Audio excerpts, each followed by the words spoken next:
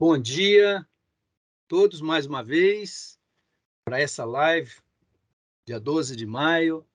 Estamos felizes aqui em retomar as nossas lives semanais sobre os assuntos relacionados à LGPD.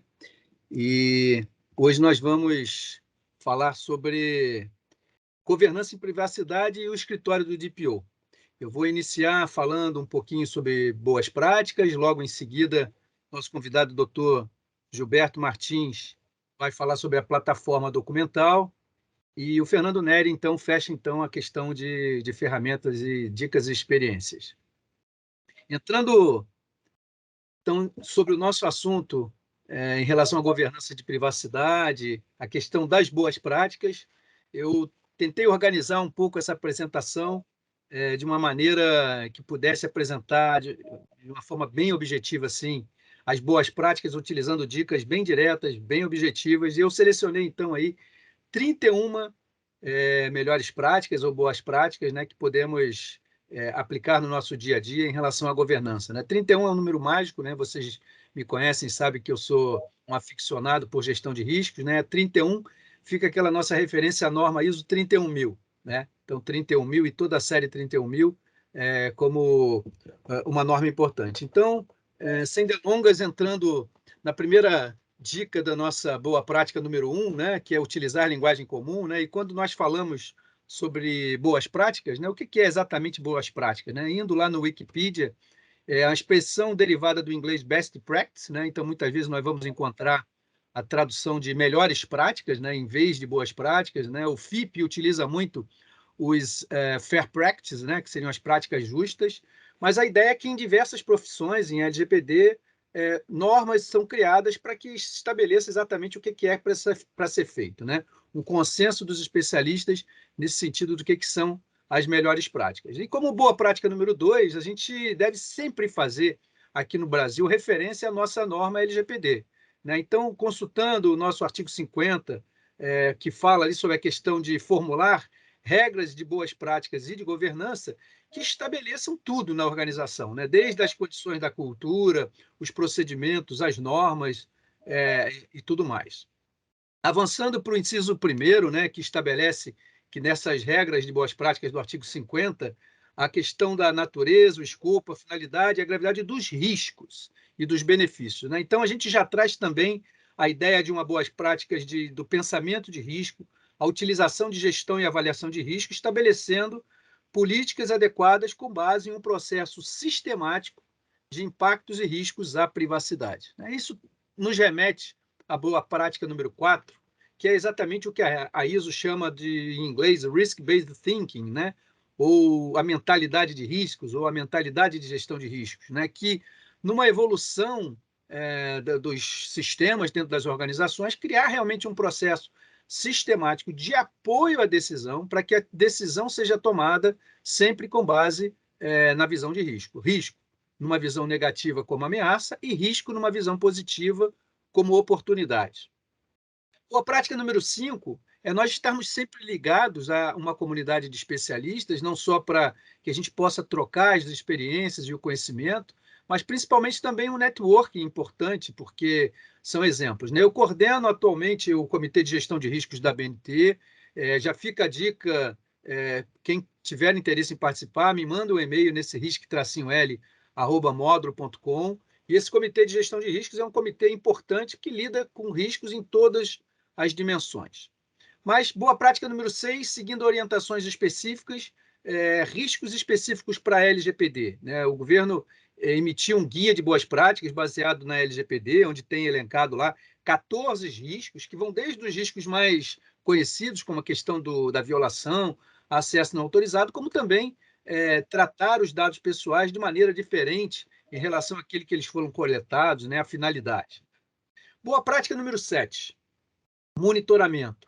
Né? Não só o monitoramento desses riscos, né? Que são as implementações, as vulnerabilidades e os problemas que as organizações podem ter, mas principalmente também monitorar as ações. LGPD não é apenas um projeto, LGPD hoje é um processo, gestão contínua. Então, monitorar as ações das diversas áreas, as equipes multidisciplinares, um grande painel para que a gente possa ter, de fato, controle do que está acontecendo. Boa prática número 8, um processo replicável, né? A gente já viu na questão da LGPD, da citação de uma avaliação sistemática de riscos, né? Então, é muito importante de que essa avaliação de riscos seja feita utilizando um processo repetitivo, um processo que possa ser replicado nos diferentes contextos, né? E para isso temos aí as análises de risco quantitativas e as análises de risco qualitativas. Eu queria destacar nesse momento, em termos de boas práticas, a número 9, né, que é a análise quantitativa, que é uma tendência nas organizações para que lidem com a questão do risco agora chegando a números, né, chegando a valores de prejuízo, chegando a valores monetários, né? Existe aí um alerta de spoiler, né, o Open Fair, que é o principal padrão utilizado para a gestão de riscos quantitativos, ele está sendo traduzido e nós esperamos que já no início do mês que vem, em junho, já tenhamos publicado via Open Group a versão brasileira do Open Fair aqui para o Brasil. Boa prática número 10, né, principalmente com a utilização dos riscos quantitativos, é que a gente comece a falar nessa questão de riscos utilizando uma linguagem executiva, uma visão executiva. E o executivo gosta muito de objetividade, né? Então, se a gente consegue traduzir um risco de vazamento de informação, por exemplo, a valores, mas qual é o tamanho do prejuízo? É 10 mil? É 100 mil? É 1 milhão? Com isso, favorece a tomada de decisão em relação à implementação dos controles. Boa prática número 11, normas e padrões, né? Implementação desses controles que sejam feitos utilizando aí os guias de boas práticas, né? As diretrizes de boas práticas. Então, não dá para reinventar a roda nessa altura do campeonato, né? Então, conhecer e fazer referência às principais normas, aos principais padrões, sem dúvida, ajuda a economizar tempo e investimento e, de uma certa forma, prestar conta dessa adesão e aderência às melhores práticas. Boa prática número 12. Um sem número de normas, de padrões, né? Como escolher qual a norma certa para a aplicação certa, né? E nesse caso aí, escopo.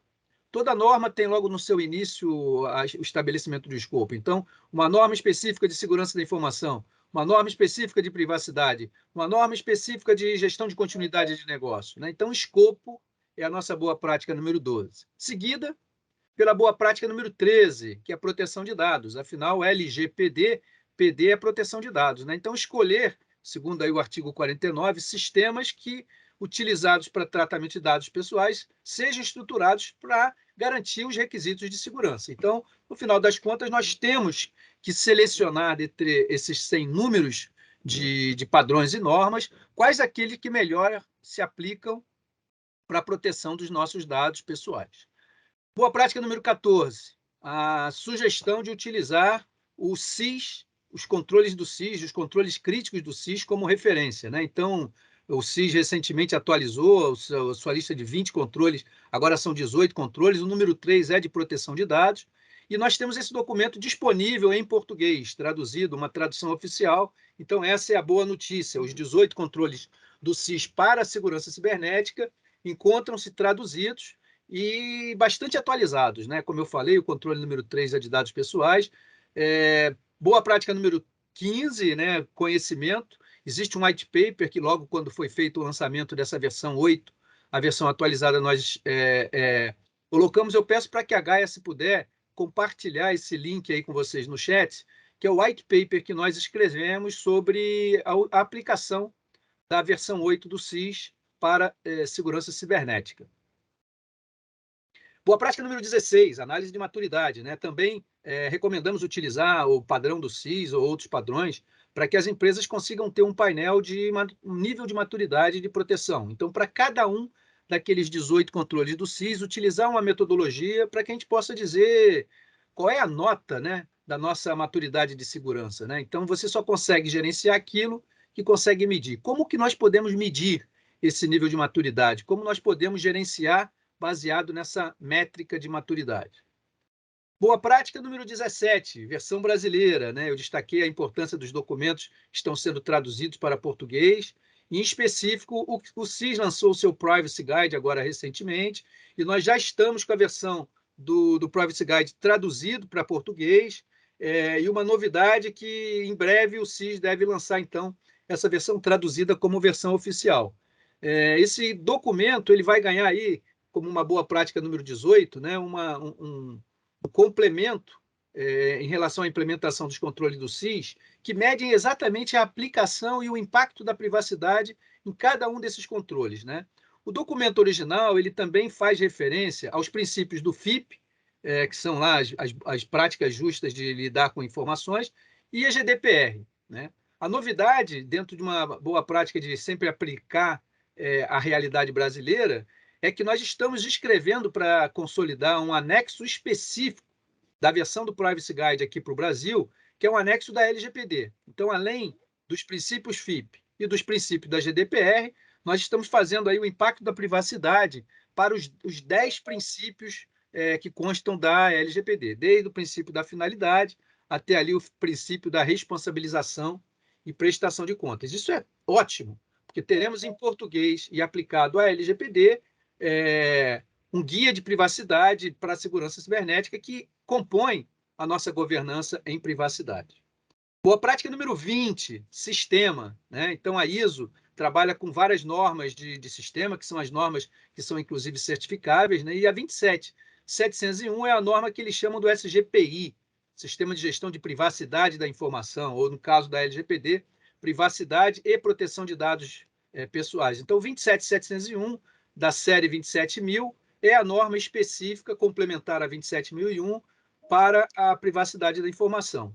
Boa prática 21, nem toda norma ISO é uma norma para se certificar, você pode usar, inclusive, a 27701 apenas como uma referência, mas eu diria que quando uma empresa evolui e para demonstração, não só de que implementou, mas de que tem evidências de que implementou, tem aí o case da Boa Vista, né, que foi uma das empresas inovadoras aí, certificadas na ISO 27701, que utiliza, inclusive, o marketing aí de que, dentro da organização, nós tratamos bem os seus dados pessoais.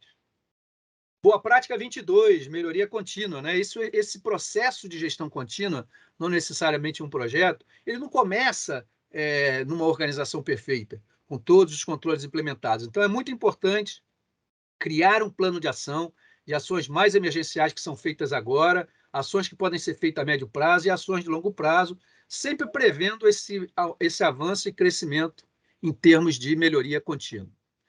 Boa prática número 23, principalmente falando de sistemas e a gestão da ISO, é que nós tenhamos aí a regra do jogo, né, os modos de conduta, os valores, tudo isso documentado em documentos, que podem ser as nossas políticas, as normas, os padrões, os procedimentos, mas que essas regras do jogo estejam documentadas, né? Isso é básico. Hoje em dia a gente sabe que grande parte das multas e sanções que são aplicadas, por exemplo, na Europa, não são vazamentos de dados, são, na verdade, dificuldade em se demonstrar que dentro da organização se estabeleceram as melhores práticas, se implementaram as principais normas e procedimentos, né?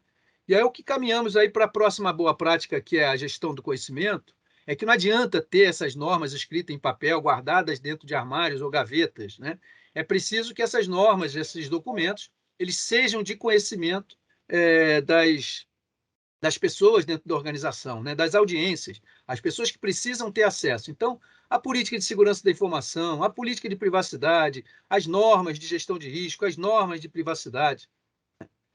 E também dentro da visão da boa prática número 25, né, esses documentos, a boa prática da atestação. Então, muitas vezes, né, o pessoal dos programas de integridade conhece bem a ideia dos funcionários, os colaboradores, os terceiros, atestarem embaixo que eles conhecem o conteúdo daqueles documentos, que eles seguem o conteúdo, que eles concordam com aquele documento. Então, utilizar um sistema para que possa, na verdade, guardar essas atestações num nível bem abrangente. Lembrando que a LGPD não é apenas para os nossos funcionários e colaboradores, envolve também terceiros. Boa prática número 26, né, do inglês accountability, né? Aqui no Brasil, a LGPD traduziu como responsabilização. É diferente de responsabilidade. Responsabilidade é aquele que faz, responsabilização é aquele que presta contas, né? Então, a LGPD coloca bastante a necessidade aí de responsabilização e prestação de contas. De novo, não basta fazer, nós precisamos guardar as evidências, demonstrar através de relatórios de que nós realmente fizemos, principalmente para um caso aí de auditoria, supervisão, um caso de problema. Boa prática número 27, incidentes, né? Por mais que nós estejamos investindo em controles preventivos para que os problemas não aconteçam, eles podem acontecer. E no artigo 48, o LGPD coloca lá que o controlador precisa comunicar adequadamente em casos aí de vazamento de informação ou de incidente de informação, e principalmente os riscos relacionados àquele incidente, né? Então, boa prática número 28, as empresas têm investido muito no conceito de resiliência operacional, na gestão de continuidade de negócio, né, de criar os seus planos de recuperação, os seus planos de emergência, né, o seu sistema de acionamento dessa equipe de crise, para que, no caso de um incidente, a gente saiba exatamente o que fazer. As pessoas, as responsabilidades estejam claramente definidas nesses planos, nesses documentos. Boa prática número 29. Aí fica hashtag a dica, né? Eu lancei mês passado aí uma newsletter sobre cybersecurity boas práticas. Inclusive ontem, na segunda-feira, nós publicamos um artigo específico sobre gestão de incidentes, e eu tenho falado muito sobre todas essas normas, boas práticas e padrões, que fica como dica para que vocês assinem essa newsletter. Peço para que a Gaia também coloque aí no nosso chat o link para a assinatura da newsletter. É uma newsletter semanal. E já que nós estamos fazendo aí a publicação da newsletter de boas práticas de cybersecurity, eu quero também já antecipar a newsletter, Gaia, se puder publicar, do Fernando Neri, né, do Bom Dia LGPD. O Fernando acorda muito cedo e já de manhã a gente tem aí como boa prática número 30, dicas, insights, experiências sobre os vários temas, né? O Fernando tem sido muito preciso em relação às sugestões, dicas, experiências sobre a LGPD. Então, você acorda, vai lá no LinkedIn, já tem um artigo do Fernando sobre algum tema ligado à LGPD. E, por fim, nossa última boa prática número 31, né, ter realmente aí um acervo de conteúdo no YouTube da Módulo, né, youtube.com módulo GRC, vocês encontram todas as gravações. Essa nossa live está sendo gravada.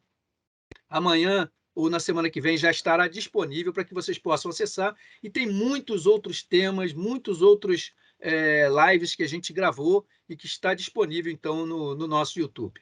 Eu agradeço a vocês aí, vou já convidando o Dr. Gilberto para que ele possa se preparar, então, para a segunda apresentação dessa live. E vocês fiquem à vontade em utilizar o nosso chat para colocar dúvidas, sugestões, contribuições. E ao final da live, logo depois do Dr. Gilberto e do Fernando Neri, nós vamos responder todas as perguntas de vocês, ou pelo menos vamos tentar. Muito obrigado, bom dia. Doutor Gilberto, é com o senhor, à vontade. Bom dia a todos, queria agradecer o convite da Módulo e já carregar aqui a apresentação para a gente já começar. O meu tema é plataforma documental como um instrumento para a governança de LGPD e, evidentemente, para o escritório do DPO, né? E governança nesse mundo da proteção de dados pessoais é uma necessidade assim muito imperiosa, né? E cada um tem a sua, né? E vai mudando com o tempo. Então veja aqui que no Reino Unido existe um estilo próprio de governança, né? Que o ICO divulga, né? E na própria Europa continental a gente vê como as coisas vão se alterando, né? Além da questão do estilo. Nesse momento existe uma discussão entre o European Board e sobre a incompatibilidade entre o GDPR de um lado e esse Data Governance Act de outro lado. O que é o Data Governance Act, né? É uma governança de dados para aqueles que comercializam dados, né, pessoais. Então, a gente tem o GDPR feito para as empresas de uma forma geral, né? E agora as empresas que vendem dados como core business, elas estão pressionando com lobby para ter um outro regime. Então, governança é sempre a questão, né, de contraposição e equilíbrio de interesses, né? No Brasil não é diferente, a gente tem a própria NPD, que instituiu um comitê de governança, né? Então, desde o topo da pirâmide, a gente já tem essa questão e com muita transparência. Inclusive, aqui na direita, a gente tem as atas de cada reunião ficam disponíveis no site da NPD. Então, a gente pode ir acompanhando os trabalhos, que são super interessantes, vale a pena realmente dar uma olhada, né? Também no lado do Ministério da Economia, a gente tem um governo digital com outro comitê, o Comitê Central de Governança de Dados. Então, a gente tem, assim, um governo bastante atento à questão da governança no plano federal e também no plano estadual, a exemplo de São Paulo. Aqui a gente tem um comitê gestor governança de dados de São Paulo, e a gente já pode ver aqui nas setinhas que isso tem a ver diretamente com a plataforma documental. Ali, por exemplo, a contribuição de uniformizar normas e procedimentos relacionados à política de governança de dados. Então, é o desdobramento, né, da política de proteção de dados pessoais, dos regulamentos, etc., documentalmente. Depois, a compatibilidade entre a PSI, a Política de Segurança da Informação, e a Política de Proteção de Dados Pessoais. A gente já vai ver um detalhe sobre isso. Lá para baixo, a gente tem ali a elaboração da própria política e o exame de propostas de adaptação a ela. Então, a gente vê que o Comitê de Governança de São Paulo está focando muito atentamente a questão dos documentos. E nessa esteira, né, existe essa deliberação, né, do comitê, o papel do comitê é aprovar a política, né, e a política geral para o Estado de São Paulo, que deve ser seguida pelos órgãos públicos, né, da administração direta e indireta. Por outro lado, a gente percebe aqui comentários de que a importância dos comitês de governança ela vai se tornando cada vez mais evidente, mas tão evidente quanto é a questão de algumas considerações que devem ser levadas em conta. Então, ali naquela setinha embaixo, está dizendo a motivação é positiva, é muito bom, mas tem que ser feito com cuidado. Por exemplo, se a gente tratar a política de segurança da informação de uma forma harmônica com a política de proteção de dados pessoais, a gente tem governança. Se a gente não tratar desse detalhe, a gente tem a desgovernança. Aqui eu tenho um exemplo, eu omiti aqui a fonte, né? É a PSI de uma empresa, né? E ela começa dizendo que ativo de informação são um conjunto de informações valioso para a empresa. E depois diz que é dever de todos considerar a informação como ativo da organização. Então, é típico de políticas de segurança da informação dizer que a informação pertence à empresa. Mas no mundo da LGPD, a informação, o dado pessoal, pertence ao titular. Eu já vi um caso da imprensa, grande imprensa, publicar uma mala direta para a comunidade dos advogados, dizendo: olha, veja um caso desse órgão aqui que diz que as informações pertencem a ele e não aos cidadãos, um órgão público, né? Então, é um exemplo de que esse mundo dos documentos necessita de uma certa atenção, até porque existem implicações legais, né? Existe a responsabilidade específica da LGPD, como também existe a responsabilidade civil geral pelo dever de vigilância, de escolher bem os parceiros, de ter um bom contrato, não omitir informações relevantes e guardar bem, né? E existe também a teoria do risco, a responsabilidade pelo risco. Existe a responsabilidade pela proteção do consumidor, do Código do Consumidor, os deveres regulatórios da CVM, a NPD e vários outros. A questão dos seguros, das apólices antigas versus as novas, das gerais versus específicas e aspectos trabalhistas, que inclusive dizem respeito à área de tecnologia da informação, como ali destacado embaixo. A gente já tem decisões judiciais. Tem um caso interessante, que vai ter um detalhe já já, que é o da JBS, em que a JBS foi inocentada na justiça porque ela mostrou a plataforma documental, né? Depois a gente tem essa questão dos seguros, né, já sendo julgada. Eventualmente, seguros gerais, eles não cobrem necessidade específica de ciberataques, vazamento de dados pessoais. Depois a gente tem o hacking de e-mail e furto de bitcoins. A política, se ela disser o que é interno e o que é externo no tratamento de dados pessoais, o que é feito dentro de casa, o que é feito por parceiros, e qual é o tratamento e qual é a finalidade, você pode evitar responsabilidades que não tenham uma causalidade determinada pela empresa, seja uma causalidade externa, né? Mesma coisa com relação ao vazamento por prestadores de serviços que têm a posse dos dados, né? A justiça tem casos em que ela diz: olha, isso é externo, é um caso fortuito externo, não tem que indenizar. Também a justiça tem decisões dizendo: olha, phishing não é hacking, não houve um vazamento por hacking, né? Então, bancos, por exemplo, não teriam responsabilidade.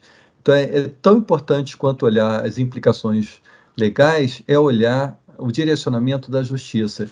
Eu achei que o detalhe do caso da JBS interessava, porque a decisão da juíza, ela cita expressamente o que ela considerou como evidência. E ela disse que a JBS tinha uma política interna, ela tinha um software próprio, ela tinha um portal de direitos do titular com as informações necessárias, ela tinha um programa de governança e um comitê de privacidade. Então, se a gente seguir o figurino de boas práticas do que deve ser, a gente tem aí um antídoto contra a responsabilidade. Fala um pouquinho sobre as plataformas documentais. Eu entendo que tem dois tipos, um é o básico e o outro é o avançado, né? Aliás, a plataforma básica, nessa parceria do escritório com a Módulo, né, ela está integrada. Aquilo que o Alberto acabou de mencionar, que a plataforma documental ela não deve ser dissociada de sistemas, por causa da automação, nem de processos, né, dos workflows.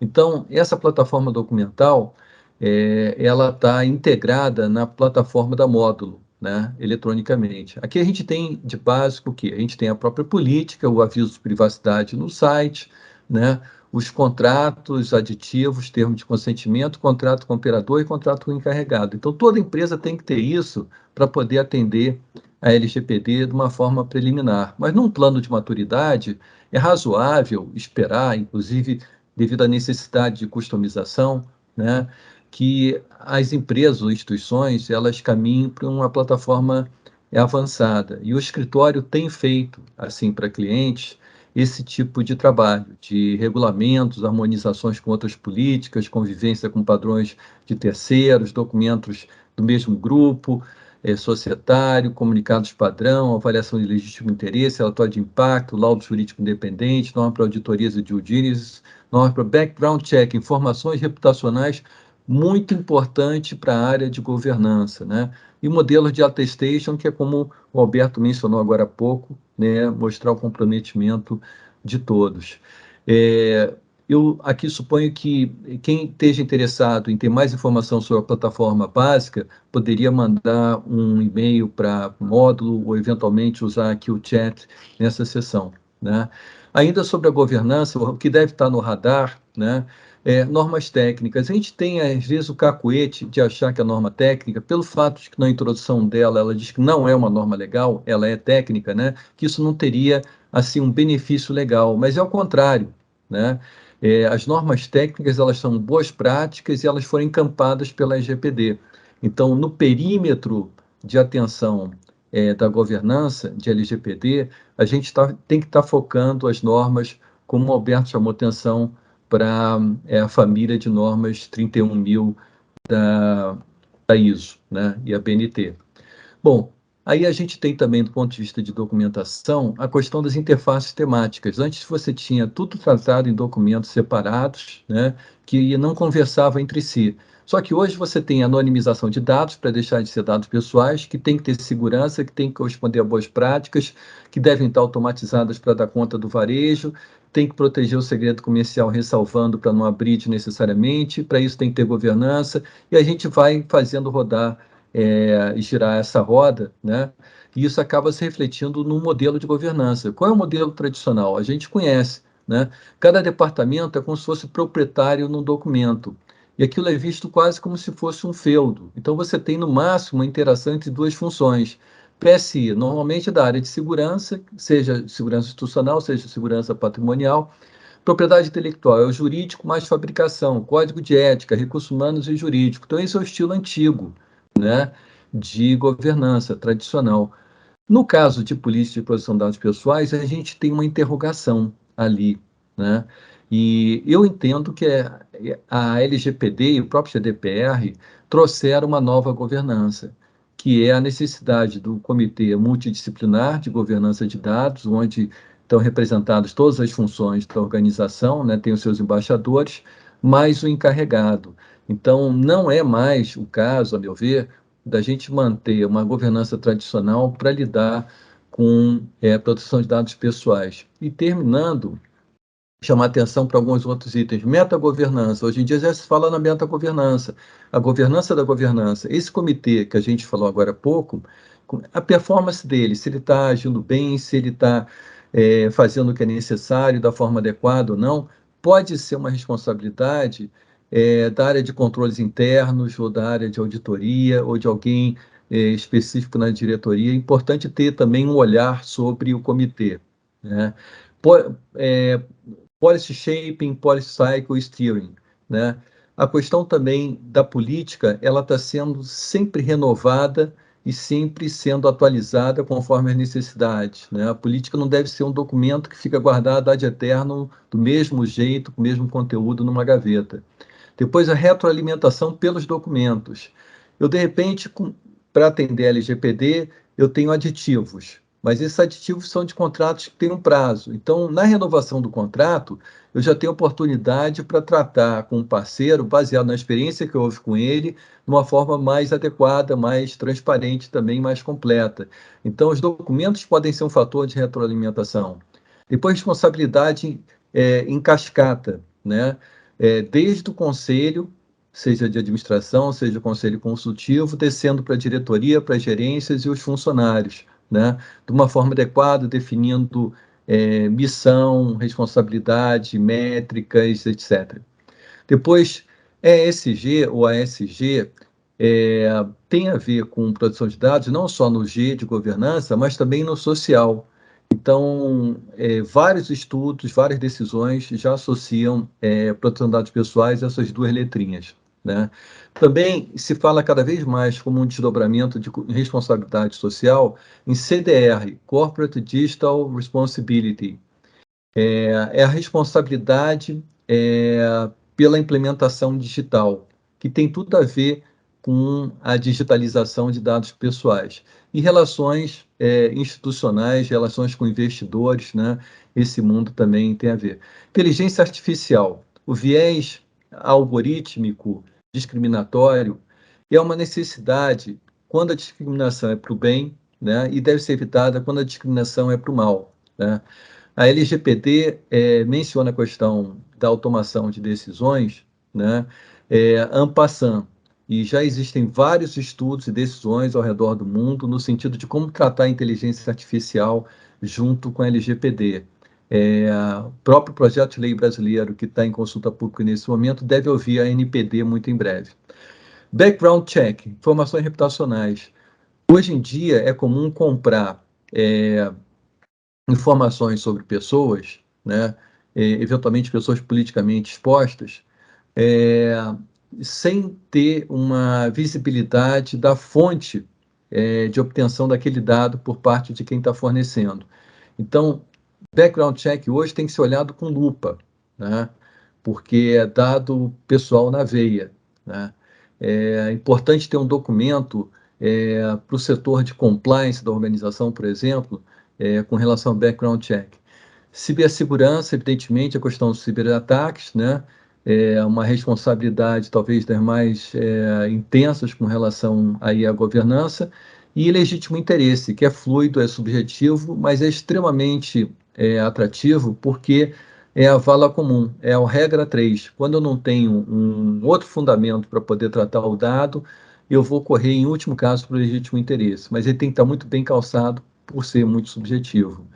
Então, era isso que eu tinha preparado aqui como conversa com os senhores e fico disponível depois na sessão de perguntas ao final. E estou passando, então, aqui para o Fernando. Muito obrigado. Obrigado, Gilberto. Vou compartilhar aqui a minha tela, pessoal. Em primeiro lugar, obrigado aí pela presença de todos. Vamos falar um pouquinho sobre o aspecto de governança, né? O Alberto diz que eu sou o chato da governança, né? Que sempre quando fala alguma coisa, eu digo, não, mas isso não é governança. Então,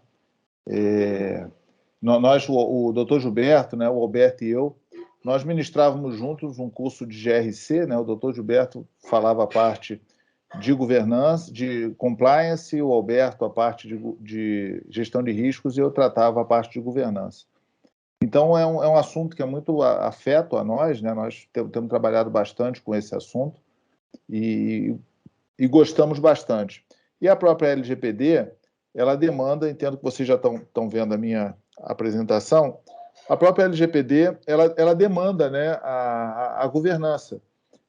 Inclusive que tem lá no artigo 50, na verdade, o capítulo 7, ela trata 3 elementos que são essenciais. Um deles é a segurança, o outro são as boas práticas, né, e o terceiro é a própria governança. Mas o que é essa história de governança em privacidade, né? Dependendo da organização que vocês trabalhem, a empresa de vocês vão lá no site de relação com investidores ou vai no relatório anual e vocês vão ver lá que existe uma estrutura de governança. E o que tem a ver essa governança que você trata internamente com a governança da governança em privacidade? O termo que a LGPD usa é Programa de Governança em Privacidade. Esse é o termo realmente que a gente deve utilizar. Então, algumas considerações com relação a isso, né? A governança pode ser um conjunto de leis, regulamentos e boas práticas bem definidas. É o caso da governança corporativa. Você tem uma referência, tá? Se algum de vocês tratam governança corporativa dentro da organização, pode ter certeza. Os conselheiros conhecem esse assunto, os sócios conhecem esse assunto, os diretores estatutários conhecem esse assunto, eles sabem o que é governança e todos eles leram o livro Melhores Práticas de Governança Corporativa do IBGC. Todos leram. Então, você tem a lei das SA, quem é de estatal tem a lei 13.303, você tem também as boas práticas, os regulamentos, regulamento da CVM, regulamento do Tribunal de Contas, que tratam sobre governança, ou seja, a governança é algo realmente muito bem definida. Mas a maior parte dos termos governança, se a gente procurar no Google governança, a maior parte dos termos governança é o item 2, que é um termo chique para gestão, ou seja, confunde-se muito. Até eu já dei várias aulas de governança, um teste que eu faço no início é distribuir um post-it para todos os alunos e falar, pessoal, escreve aí o que é governança. E normalmente as pessoas fazem uma variação do que é gestão, mas governança não é gestão. Então é importante a gente também estar ligado nesse assunto. Então, olha só, a governança mais conhecida, né, ou seja, que é a base, na verdade, os elementos da governança, eles vêm de antes de Cristo, né? O livro lá, República do Platão, aí depois passou ali pela Idade Média, né? Na Renascença ali. Tem lá o livro do Thomas Hobbes, né? O Leviatã, o próprio Príncipe de Maquiavel, ou seja, a estrutura do modelo de governança ele vem exatamente da estruturação dos governos, né? Ou seja, nós temos praticamente 200 anos, né, de vida privada. Mas o modelo de governança corporativa, ele considera, e essa ampulheta aqui, para quem vai tratar LGPD, tem que tratar a governança, para tratar a governança tem que ter a visão dessa ampulheta. Ou seja, dentro de uma organização, imagina, vamos pegar a maior empresa do Brasil, que é a Petrobras. A Petrobras tem os sócios, né, tem ações na Bolsa de Valores, tem ações nos Estados Unidos, na SEC. Esses sócios escolhem um conselho de administração, que pode ter uma secretaria de governança, tem um comitê de auditoria, esse comitê de auditoria, né, ele está ligado à auditoria independente e à auditoria interna. Existem vários comitês temáticos, por exemplo, organizações cujo negócio depende de proteção de dados e privacidade, eles podem optar por ter um comitê de proteção de dados e privacidade. Várias organizações têm comitê de transformação digital, tem comitê de segurança que está ligado ao conselho de administração. O diretor-presidente, né, que é o representante principal desse modelo da governança, e os diretores estatutários. Esse conjunto aqui se chama administrador. Então, essencialmente, vocês vão ver aqui que modelos de governança sempre estão dentro dessa ampulheta. O triângulo com vértice para baixo é a governança, o triângulo com vértice para cima é a gestão. Então, governança não é gestão, tá? Então, a gente precisa realmente dividir esses dois elementos. Faz parte da gestão, um não é o outro, mas, obviamente, tem alguém que participa dos dois lados. O Conselho de Administração não participa da gestão e a equipe da gestão não participa do Conselho de Administração. Isso precisa ser segregado. Outro dia eu vi numa lista, o pessoal falando, não, mas o DPO tem que fazer parte do Conselho de Administração. Não, eu acho que, se eu não me engano, no Brasil é até proibido esse tipo de coisa. Membros da gestão fazerem parte do Conselho de Administração. Na Inglaterra, com certeza no Brasil, não me lembro. Tem que realmente estudar isso aí de novo. Mas, nesse caso aí, o presidente e a diretoria estatutária são os únicos que fazem parte dos dois triângulos. E isso é um modelo de convivência harmoniosa. E existe um documento, esse aqui, que é a Bíblia da governança corporativa. A CVM se faz referência a ele, o Tribunal de Contas faz referência a esse documento, e assim por diante. Bom, mas aí você fala, mas isso aí é para governança corporativa. Nada disso. O Tribunal de Contas da União, aqui, dentro do modelo de governança pública, está vendo? Triângulo com vértice para baixo, triângulo com vértice para cima, governança no triângulo verde e gestão no triângulo azul. Este é o modelo. Olha, existem documentos, da mesma forma que tem no IBGC, e se você olhar esses documentos do Tribunal de Contas da União, que falam sobre governança organizacional, governança pública, eles se referem àquele outro documento. Agora, vamos ver uma coisa importante aqui, ó. Princípios da governança corporativa. Tem um elemento aqui chamado prestação de contas, está vendo? Princípios da governança pública. Aqui, ó, accountability, que é prestação de contas. Transparência, equidade e participação, integridade. Com certeza, quem estudou LGPD conhece alguns desses termos, e não é por acaso. Ou seja, os princípios da governança, eles são aplicados à LGPD, né? O Alberto falou aí da FIP, poderia até falar um pouquinho depois, Alberto, sobre o modelo da FIP. E esse princípio de governança, são modelos principiológicos. Aí, quando você vai falar em governança em TI, na verdade, eu vou dar o exemplo da ISO, que ela não chama de governança em TI, chama de governança corporativa em TI. Ele não tem os triângulos, mas tem duas caixinhas aqui. Ele não fez isso aqui porque ele não quis, mas o modelo é exatamente o mesmo. O que a governança faz? Essencialmente 3 coisas, tá? Define a estratégia, toma decisão e monitora. É isso que a governança faz.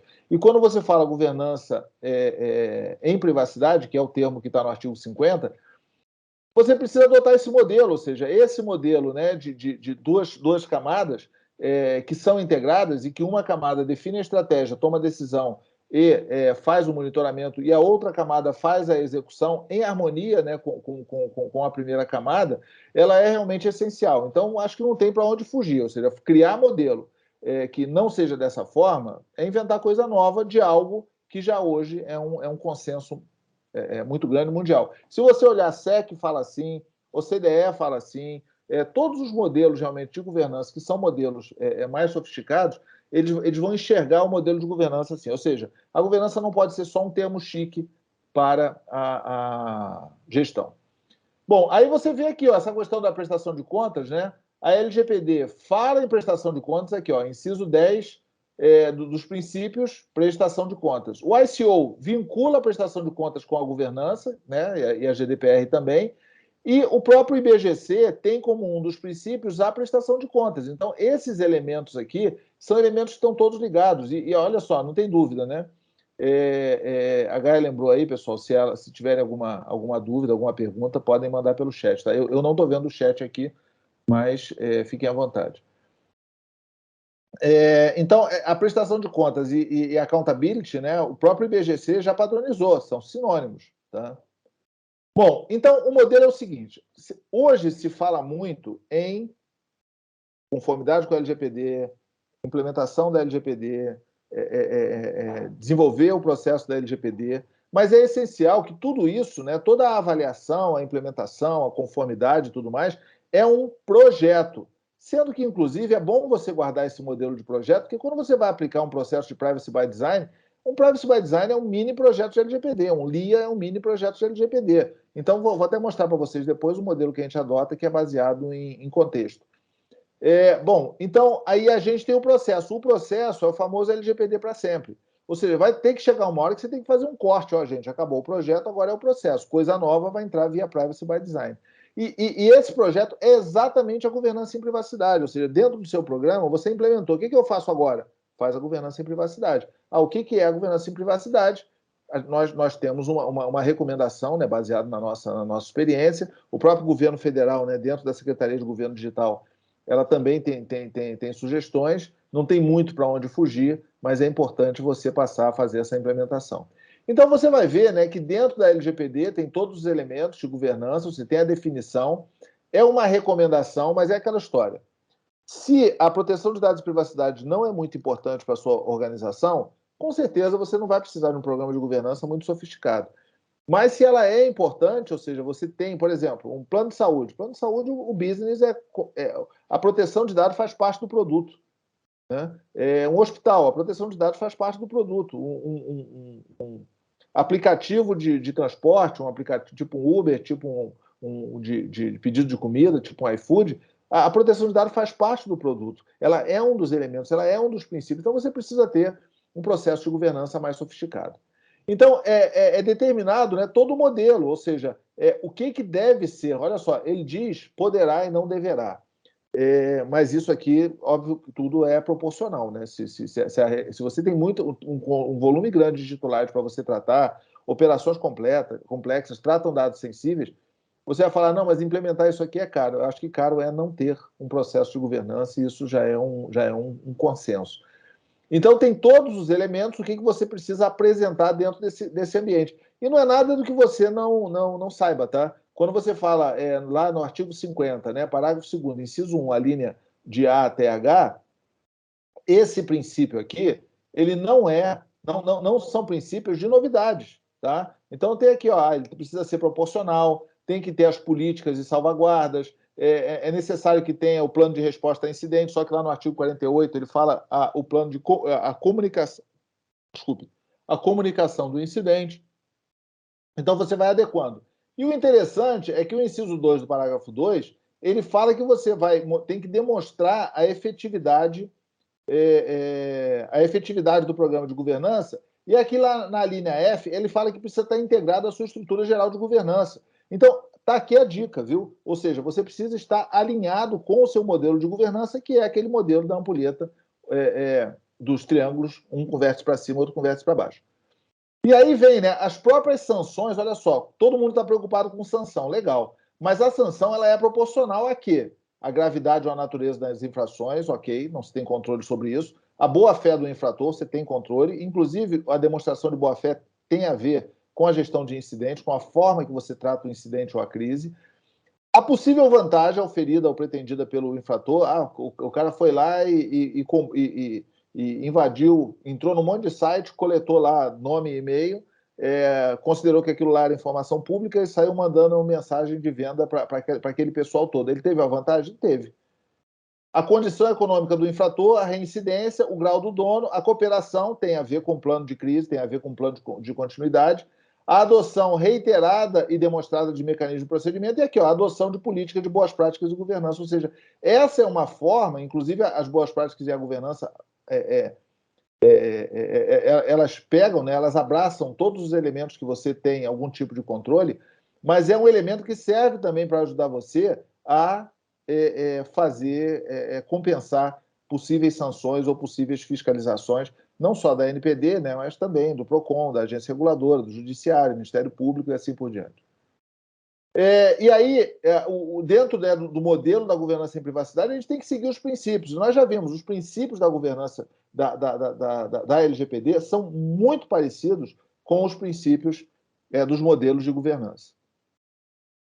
Então, existem algumas referências internacionais, elas não são... quando você fala aqui, por exemplo, o IAPP, né, a modo, nós somos membros do IAPP, adoramos todas as publicações dele, mas quando ele fala reporte anual de governança em privacidade aqui, cara, ele fala pouco sobre governança em privacidade de verdade. Mas são estatísticas excelentes. Quer pegar uma referência? Essa aqui é ótima. Mas, realmente, ela não te ensina como implementar um programa de privacidade. E ele fala algumas coisas interessantes. Pergunta que sempre surge. Vem cá, o líder em privacidade, ele reporta a quem? Ao conselho, ao CEO, ao CCO e assim por diante. Então, ele tem diversas ações, né, também, as responsabilidades do time de privacidade. É bem interessante, tá? Esse documento aqui. Eu estava falando outro dia, num encontro, que privacidade, proteção de dados é coisa para quem gosta de estudar. Viu? Quem não gosta de estudar tem que procurar outro assunto para tratar. E aí, o seguinte, será que isso aqui seria um modelo de adaptar tudo aquilo que nós falamos, né, integrado ao modelo da LGPD, que seria essencialmente isso. Você tem uma camada de governança que é integração com o negócio, é um modelo hierárquico dentro da organização, como que você encaixa com o modelo de governança corporativa. O encarregado, né, o DPO, é quem fica exatamente aqui no meio, e a gestão é o dia a dia, tá? A DLP está aqui na gestão. Políticas estão aqui na gestão. Obviamente, são aqueles 3 elementos que eu falei. O que a governança faz? Define a estratégia, toma decisão e monitora. Define a estratégia, toma decisão e monitora. E isso se retroalimenta, né? Porque o monitoramento ele retroalimenta a definição de estratégia. Então, seria o seguinte, ó, como é que encaixa a governança em privacidade na governança corporativa ou na governança pública? Mais ou menos é isso, tá? O processo de governança em privacidade não é governança corporativa, a não ser que você tenha um comitê de governança em privacidade, tá? Um comitê de governança. Mas ele está encaixado aqui, mais ou menos aqui, meio que no meio do caminho aqui, entre os administradores, na interseção aqui entre os 2 triângulos. Então, você faz o seu outro triângulo dessa forma. Quando a gente lançou o curso lá em 2008 de GRC, que eu dava aula de governança, Eu falava muito sobre isso. Assim, tinham várias ampulhetazinhas dentro da ampulheta. Governança de projetos, governança de TI e outras governanças que surgissem. Se ela já tem um modelo teórico, beleza, adota. Se é como no caso da governança em privacidade, que não tem um modelo teórico, você adequa a esse modelo da governança corporativa. Tá? Se vocês quiserem uma apresentação, inclusive, para a organização de vocês, isso é um tema que a gente conhece bem. Então, o modelo de governança em privacidade, nós consideramos que ele tem 5 pontos. Um ponto é o canal único com o DPO, ou seja, para o DPO não ficar recebendo, né, o encarregado não ficar recebendo mensagem no corredor, agora que está voltando presencial, no e-mail dele, pessoal, imagina. O DPO, ao invés de ter um DPO @empresa, é o nome dele, @empresa, ou seja, vai receber mensagem de tudo que é lugar. O monitoramento e o cockpit do DPO, ou seja, é necessário você monitorar, a prestação de contas, né? Está ligada, super ligada ao monitoramento e monitorar tudo, né? Um pedido do cliente, uma orientação da agência reguladora e assim por diante. Você saber fazer contexto, o Alberto falou na ISO 31000, né? A ISO 27005, o COBIT, o modelo do PDCA, o modelo do CMM, todos esses modelos eles começam em um ponto igual, que é a definição do escopo. Vindo para o assunto proteção de dados e privacidade. O relatório de impacto depende de escopo, o LIA depende de escopo, a gestão de incidentes depende de escopo. Então, é importante você ter uma caixinha, que é a sua caixinha de contexto. Tá? A outra coisa é a gestão do inventário. Cara, o encarregado ele precisa saber quais são os sistemas, quais são os processos, o que é mais complexo, quem é o ponto focal, quais são os incidentes que estão acontecendo, quem são os fornecedores que eu tenho, qual fornecedor que trata mais dado pessoal, qual é a área. Então, isso aí é necessário na gestão do inventário. E, por fim, a conformidade, né? A prestação de contas está dentro da conformidade, são elementos que a gente sugere como ponto de partida para o modelo de governança em privacidade. E nós temos um fluxograma, vocês podem depois ficar à vontade, se quiser depois trocar ideia sobre esse assunto aqui, fazer pergunta, que é o fluxograma da governança em privacidade, que a gente entende que você atende 100% da LGPD dentro desse fluxograma. E aqui estão todos os elementos, tá? Tudo que a gente sabe falar, opt-in, opt-out, monitoramento da LP, a gente está até mudando, tá? Essa caixinha de monitoramento da LP vai descer para cá. Então, esse é um processo que, como não tem um princípio teórico, a gente vai aprendendo e não temos o menor constrangimento em falar que a gente muda uma caixinha de um lugar para o outro, porque esse é um processo de aprendizado. Eu vi uma apresentação de 4 experts em LGPD, super bacana, a doutora Viviane, o doutor Fabrício, o Maurílio e o Matheus, e foi sensacional, porque no final todos falaram, cara, todos nós estamos aprendendo. Você pega os 4 dos maiores especialistas, os caras falam isso. LGPD, pessoal, pelo menos no curto prazo, aí, nos próximos 3, 4 anos, é isso, todo mundo vai estar aprendendo. Eu não sou advogado e sempre procuro, por exemplo, a opinião do doutor Gilberto quando eu preciso fazer alguma coisa. Não vou inventar nada, não vou achar que eu sei tudo. Por exemplo, DLP é uma coisa, por exemplo, que até sei dos fundamentos, mas nós temos especialistas em DLP, RH e assim por diante.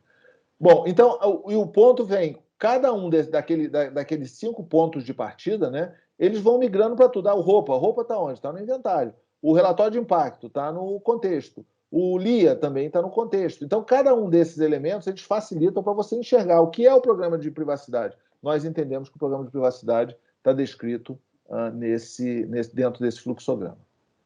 Bom, e para a gente concluir, né, a gente tem o escritório do encarregado, ou seja, o escritório do encarregado, nós temos 2 clientes que usam esse tipo de modelo. Eles têm tanta demanda, né, que resolveram fazer uma sala de monitoramento e, obviamente, você tem que transformar essa sala de monitoramento numa sala integrada ao negócio, numa sala integrada ao business. Você tem que ter benefício de você fazer um bom programa de governança em privacidade, né? Da mesma forma que hoje ESG, governança corporativa estão integrada ao negócio, a governança em privacidade também precisa. Não adianta você ser centro de custo.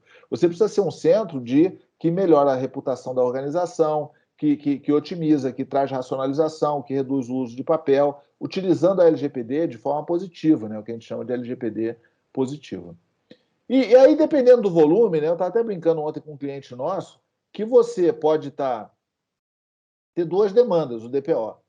Por exemplo, eu dou um exemplo de uma mina de diamante. A mina de diamante acha jazida, vai lá, cava, acha o diamante, coloca numa caixinha, bota a caixinha num carro forte, embarca o carro forte no avião, manda para a Europa, ou seja, ele tem um cliente. Então, a demanda dele de gestão de dados pessoais é pequena para essa mina de diamante. Ela precisa de quê? Tirar dúvida, atualização. Você precisa de um serviço mais de ambulância, precisa de um telefone do Batman lá para quando ela precisar, ela puxar. Mas se eu sou uma empresa que tem muitos dados pessoais, eu sou um hospital, por exemplo, que toda hora, o que é tratamento de dados pessoais? É a recepção, é a UTI, é receber visita, é o tratamento, é o resultado dos exames. Imagina um hospital, quanto dado pessoal que ele trata, ele precisa de ter um modelo contínuo, né, de monitoramento, de novidades e tudo mais. Algumas organizações de telecomunicação aí, grandes empresas, elas têm equipes grandes, né, competentes aí para tratar o processo da LGPD. O essencial é você olhar a LGPD pelo viés positivo, né? Ou seja, você considerar que ela não é só um centro de custo e não deixar as pessoas acharem que são um centro de custo, senão, na hora que tiver que cortar, a primeira coisa que vão acabar é exatamente com a estrutura para atendimento à LGPD. E tem muita oportunidade de racionalização, de melhoria e de um viés positivo para a LGPD. Então, esse é o modelo, tá? É o princípio da governança. Nós estamos à disposição, acho que a Gaia colocou aí o link também da minha newsletter, todo dia eu publico, e é um modelo meio que egoísta, tá? Porque eu publico aquele assunto que eu preciso estudar. Então, sempre o assunto que está dentro da minha prioridade é o que eu publico, mas aceitamos dicas, aceitamos conversa, e esse é um tema que a gente gosta muito, a gente estuda bastante, né? O doutor Gilberto, o Alberto e eu, além de nós gostar muito de estudar, ele também gosta de interagir. Então, a gente está sempre falando e estamos à disposição de vocês. Vamos passar aí para o Alberto, que o Alberto faz o mestre de cerimônias aí. Obrigado a todos. Bom, obrigado, Fernando. Eu reforço que vocês podem colocar suas dúvidas e sugestões aqui no nosso chat, né, que a gente ainda temos alguns minutinhos aí para responder a algumas dúvidas e perguntas de vocês. Eu vou só aproveitar e pegar a provocação do Fernando, que me perguntou sobre a questão dos princípios do FIP, né? Então, acho que vocês devem estar olhando a minha tela. O FIP é um conjunto de 8 princípios que foi publicado originalmente pela ODCE e agora adotado no Homeland Security. Então, são princípios para o que eles chamam as fair practices, né? Então, estamos falando das good practices, best practices, e tem as fair practices, né? Que é quais seriam as melhores práticas ou as práticas justas para as organizações que lidam aí com o assunto de tratamento pessoais e privacidade. Então, são 8 princípios do FIP. Também temos os princípios da GDPR, né? Dispensa apresentação. GDPR é a grande lei europeia de proteção de dados pessoais. E o que nós fizemos no anexo que estamos desenvolvendo para o guia de privacidade do CIS é exatamente um cruzamento, uma correlação entre os 10 princípios da LGPD com os 8 princípios do FIP e os 6 princípios da GDPR. Existe um cruzamento, claro que se vocês observarem na tabela, né? Às vezes um mesmo princípio de FIP ele atende um ou mais princípios da LGPD e vice-versa, né? Então, tem aí um correlacionamento que nós estamos terminando aí, vamos dizer assim, essa revisão desse texto e provavelmente em breve vocês vão ter acesso ao conteúdo completo, que seriam do guia de privacidade, que são as implicações de privacidade, as aplicações da privacidade na segurança cibernética. Pegando um gancho, um pouquinho de perguntas, algumas pessoas me pediram um e-mail para participar do Comitê de Gestão de Riscos da BNT, eu encaminhei. Também, se tiverem qualquer problema, pode me enviar um e-mail pessoal. Eu vou pegar uma pergunta específica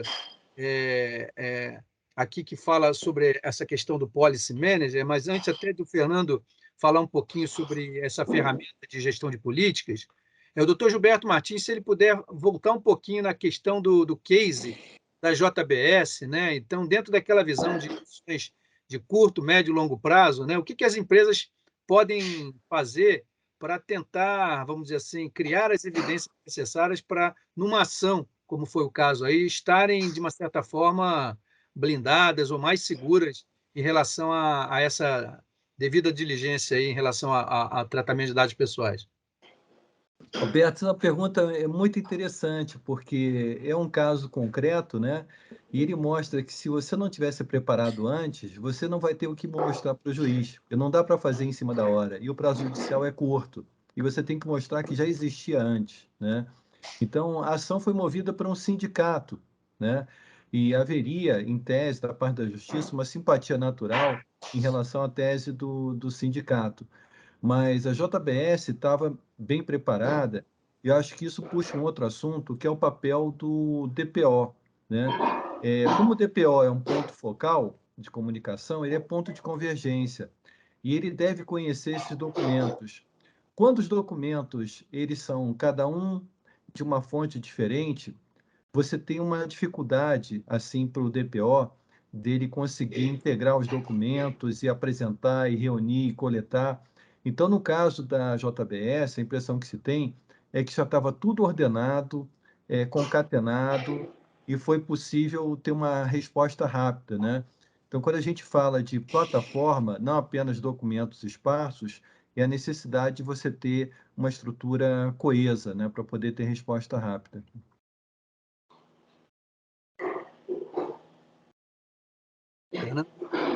Opa, estou aqui, Alberto. A Alessandra perguntou sobre a questão específica da ferramenta de gestão de políticas. Se você puder falar um pouquinho, já que Tá o bom. assunto é ferramentas. Tá bom. Legal. Nós temos três plataformas, né, que nós usamos. Todas as plataformas são nossas, desenvolvidas por nós. Uma plataforma, né, é a plataforma Risk Manager, que é uma plataforma de workflow, ou seja, nós trabalhamos com ela, né, numa série de atividades, gestão de ativos, etc. A segunda plataforma é o MetaHub, que é uma plataforma de integração, né, ou seja, é um orquestrador de robôs para integração. E a terceira é o Everest, né, em cima da qual nós temos o nosso modelo de gestão de políticas. Tá? Então, é uma ferramenta nossa, a gente chama essa aplicação de Policy Manager, tá? Que ela permite tanto o armazenamento dos conteúdos, então a gente tem lá LGPD, tem lá o CIS, tem lá a ISO 27000, mas também nós temos as suas políticas e os seus processos descritos. E a partir dela é possível você buscar a atestação para várias pessoas. E ela faz parte do nosso contexto, né, do que nós chamamos LGPD Manager, que é a nossa solução que é implementada em cima dessas três plataformas. Obrigado, Fernando. Tem uma pergunta aqui do Ronaldo Rigon. Rigon, quanto tempo, Rigon? Bom revê-lo aqui nas nossas lives, né? Em breve, se Deus quiser, podemos fazer também nossos eventos presenciais aí para podermos nos rever pessoalmente. Mas a pergunta do Rigon aqui, no entendimento dos senhores, doutor Gilberto, a LGPD no Brasil está sendo divulgada adequadamente aos cidadãos? Fernando, começo eu. Eu acho que ela poderia ser mais divulgada. Eu acho que o Código do Consumidor foi mais divulgado na época, mas é um processo de aprendizado, como o Fernando estava dizendo, né? E eu acho que é um processo de aculturação. Recentemente me chamou a atenção o presidente da NPD dizendo para o Congresso: olha, vocês têm que ouvir aqui a NPD quando vocês fizerem a lei de inteligência artificial, porque tem muito a ver com a LGPD, né? Então, eu acho assim que a gente está numa curva ascendente. Teve um primeiro impulso que foi na época da elaboração da lei, né, e depois na aprovação. E naquele momento todo mundo saiu correndo, tentando implementar e tal, e todo mundo preocupado com as sanções. E nesse momento, é como o Fernando estava dizendo agora há pouco, as pessoas estão começando a se dar conta dos benefícios de implementação da LGPD, das vantagens, né? Do ganho para o negócio, do ganho de imagem, etc. E quando você tem, assim, um impulso que é mais motivado pelos benefícios do que pelo medo das sanções, isso tende a ter uma sustentabilidade muito melhor, né? Então, eu tenho a impressão que está sendo divulgado, talvez não tanto quanto deveria, mas eu acho que as pessoas estão, assim, de certa forma, se conscientizando, buscando a informação. Antes a divulgação era mais proativa, agora são as pessoas que estão buscando mais. O que eu vejo é que, respondendo diretamente, Rigon, quanto tempo, hein, cara? Um abraço para você aí. O que eu vejo é que hoje, realmente, ela não está sendo divulgada para o cidadão da forma que deveria ser. Porém, é um processo, como falou o doutor Gilberto, de continuação e de crescimento. Tá? Então, nós criamos modelos que você, hoje, por exemplo, você vê a propaganda do Itaú focada na privacidade. Ela começa realmente, como falou o doutor Gilberto, na relação de consumo, né? Porque nós, como cidadãos, nós temos vários bonés, né? A gente tem o boné de consumidor, tem um boné de eleitor, tem um boné de titular, tem um boné de idoso, tem um boné de criança, de adolescente, né? Então, existem vários bonés que nós temos. Então, eu diria que o cidadão vai ser primeiro atingido como consumidor. Então, o que ocorre? Se um banco faz, aí o outro banco vai falar, opa, eu não posso ficar para trás, eu tenho que também atingir o meu cliente com esse discurso. E esse é um processo que vai evoluindo e vai chegando realmente nas pessoas. Vê que a Apple, por exemplo, fala muito em privacidade no embate dela contra o Android. Você vê que o Uber também fala muito em privacidade, exatamente para começar a pegar. E você vai chegar uma hora, você vê essa discussão agora eleitoral também, a própria ONPD lançou um documento junto com o TSE. Então esse assunto vai chegando. Os direitos, eles chegam dessa forma, né? Então todos os princípios dos direitos não foram de uma vez só. Né? Tipo assim, quando lá em 1900, na Constituição lá de 1930, que permitiu a mulher a votar, né? Ou seja, não foi uma coisa que de uma hora para outra rodou a chave e todo mundo estava conscientizado, e é isso, e é essa participação. Ainda, obviamente, tem rejeição, tem gente que fala, não, isso aí só serve para gastar dinheiro, não vai pegar, mas eu acho que hoje, realmente, nós estamos num caminho crescente. Né? Até para dar o tempo, né? Até para a sociedade se acostumar a isso, se acostumar a esse direito. Muito, muito bom, Rigon. Eu até lembro que no ano passado, quando a gente iniciou um dos projetos que a Módulo fez de adequação de LGPD, em parceria também com o escritório do Dr. Gilberto, foi a adequação do Cristo Redentor. E logo na largada do evento, nós fizemos um evento lá no Cristo Redentor que visava exatamente gerar uma promoção vamos dizer assim, dessa nova lei que estava surgindo lá naquela época, né? O Cristo Redentor, através do Padre Omar, foi um dos inovadores aí nessa implementação. E esse ano, no dia 28 de janeiro, né, 28 de janeiro, mundialmente, é conhecido como Dia Mundial da Privacidade e Proteção de Dados Pessoais.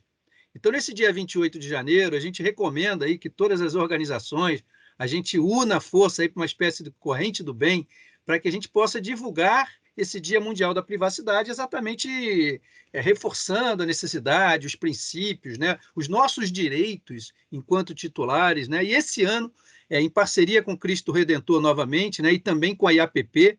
IAPP é a principal associação dos profissionais de proteção de dados pessoais no mundo, né? Eu aqui no Rio de Janeiro, eu faço parte aí do KnowledgeNet, né? Que é um grupo que tem exatamente como grande desafio via app divulgar exatamente aí não só os aspectos de privacidade, mas especificamente aqui no Brasil as questões da LGPD. Nós vamos até estar realizando o primeiro evento presencial do IAPP também agora em sequência, mas no dia 28 de janeiro, Rigon, nós iluminamos o Cristo de Verde, que é a cor lá da IAPP, a cor da privacidade, e a gente resolveu fazer essa parceria, e justamente essas iniciativas a gente deve assistir cada vez mais para criar essa sensibilização em relação ao tema.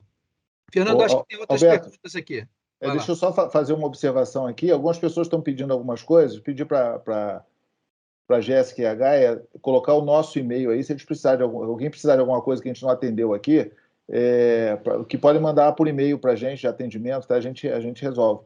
Tem uma questão interessante, né? O Ramires falou, né, que eles têm feito eventos internos com palestrante externo, né, o dia inteiro, como uma forma de conscientização, né? Tem um ponto que a gente tem batido bastante, que é a questão do engajamento, ou seja, você ir além da conscientização e obter o engajamento. O engajamento é você ter a proatividade. Não é a pessoa, não, eu estou conscientizado de determinada coisa. Não, a pessoa é proativa, ela usa isso no dia a dia, conversa isso no almoço domingo com a família. Ou seja, você tem alguém realmente engajado para aquele assunto. E a privacidade é muito interessante porque tem muito conhecimento da privacidade que se aplica a vida pessoal, tá? Eu acabei de publicar o PDF, acho que a do Alberto tem muito dado de alguns dados lá, não sei se estão anonimizados todos eles, mas eu acabei de publicar no LinkedIn, tá? A minha apresentação, agora o link está aí. Ok, Fernando, acho que tem também a Alessandra Simões, ela fala um pouco sobre a tese de doutorado dela e busca parcerias. Vamos conversar, Alessandra, de repente, de criar aí uma forma também de fazer uma divulgação conjunta, né? O pessoal está perguntando aí sobre a cartilha, ela passou aí o e-mail dela. Então, acho que já estamos chegando aqui um pouquinho no prazo final aqui da nossa apresentação da live. Então, eu pediria aí para o doutor Gilberto Martins se Sim. pudesse fazer um fechamento junto com o Fernando. Deixa só eu entrar de solo aqui e responder aqui o Ezequiel. Cara, não tem tanta pergunta aqui que eu acho que... a Cristina, a resposta à sua pergunta é sim, tá? O LGPD Management engloba tudo isso que eu falei. Ezequiel, você fez uma conversa aqui com a dificuldade de decisão na escolha do framework. Cara, eu acho que nós podemos te ajudar, tá? Porque nós convivemos aí muito com frameworks e pode ter certeza que nós vamos falar, porque esse framework tem até algumas visões religiosas, né? Eu lembro da época do COBIT versus ITIL, ou seja, não fazia nenhum sentido os argumentos, porque o cara estava argumentando só porque ele era certificado ou COBIT ou ITIL, mas não tinha o benefício, né, para a organização. Mas pode ter certeza, a gente temos ajudado várias organizações a tomar esse tipo de decisão e nós não vamos falar o que as pessoas querem escutar, não. Vamos falar realmente o que a gente acha que é tecnicamente correto. Conta com a gente, Ezequiel. Você tem nossos contatos aí, estamos à disposição. Alberto, eu acho que governança, como vem de governo, o Fernando estava destacando, e governo é algo que tem uma conotação positiva, né? Governar, reger e tal, e de respeito a todos, né? A governança de LGPD, ela começou timidamente, agora está pegando um impulso muito forte, com a ESG, com Bolsa de Valores, com uma série de outros fatores que são indutores, né? E eu vejo, então, como uma necessidade que agora cresceu muito, está explodindo, está ao alcance de todos, né? E a gente está disponível, estou disponível junto com vocês, assim, para apresentar para empresas e tenho feito esse trabalho também na PUC e também no exterior, e é uma coisa assim que a gente faz como, quase que como um dever cívico, porque a LGPD, a proteção das pessoas, é alguma coisa que é considerado do bem por todo mundo, né? Então a gente tem muito prazer em colaborar nessa divulgação. Muito obrigado pelo convite.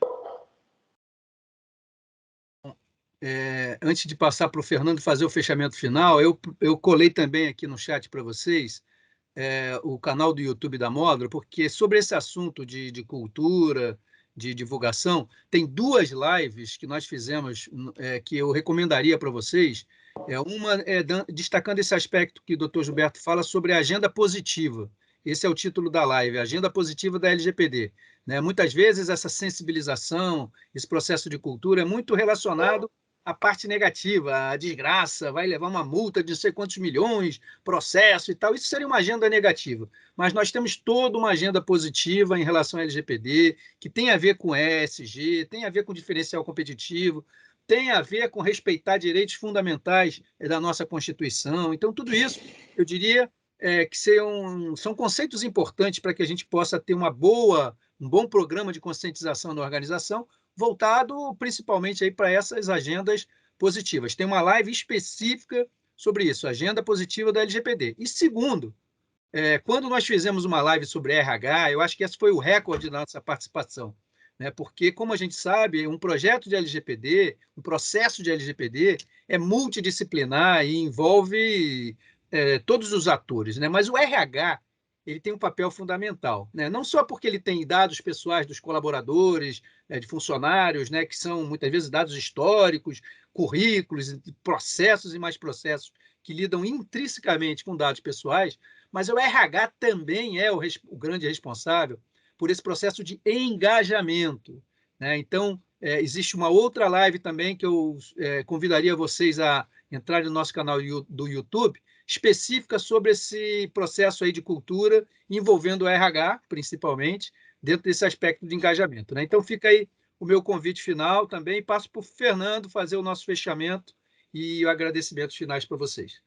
Beleza, Alberto. Obrigado, cara. Obrigado a todos que estiveram aí. Com certeza as perguntas, né, nos ajudam a refletir, né, a pensar. Vi que a Letícia também mandou uma última pergunta aqui, né? Qual a melhor forma de uma empresa em termos de segurança da informação para adequação à LGPD? Letícia, a gente pode mandar para você, tá? Existem alguns frameworks com relação a isso, que eles cruzam, e é o trabalho que também o Alberto e a equipe dele está fazendo, de cruzar a LGPD com o framework do Privacy Guide, com o framework dos controles de segurança cibernética do SIS. Esse é um trabalho bem bacana, tá? A gente pode mandar para vocês todos esses dados. Então, fiquem à disposição.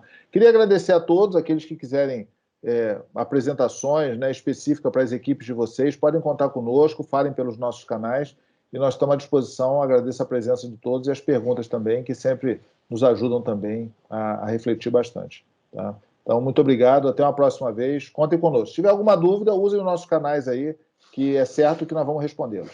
Até a próxima. Até logo, pessoal.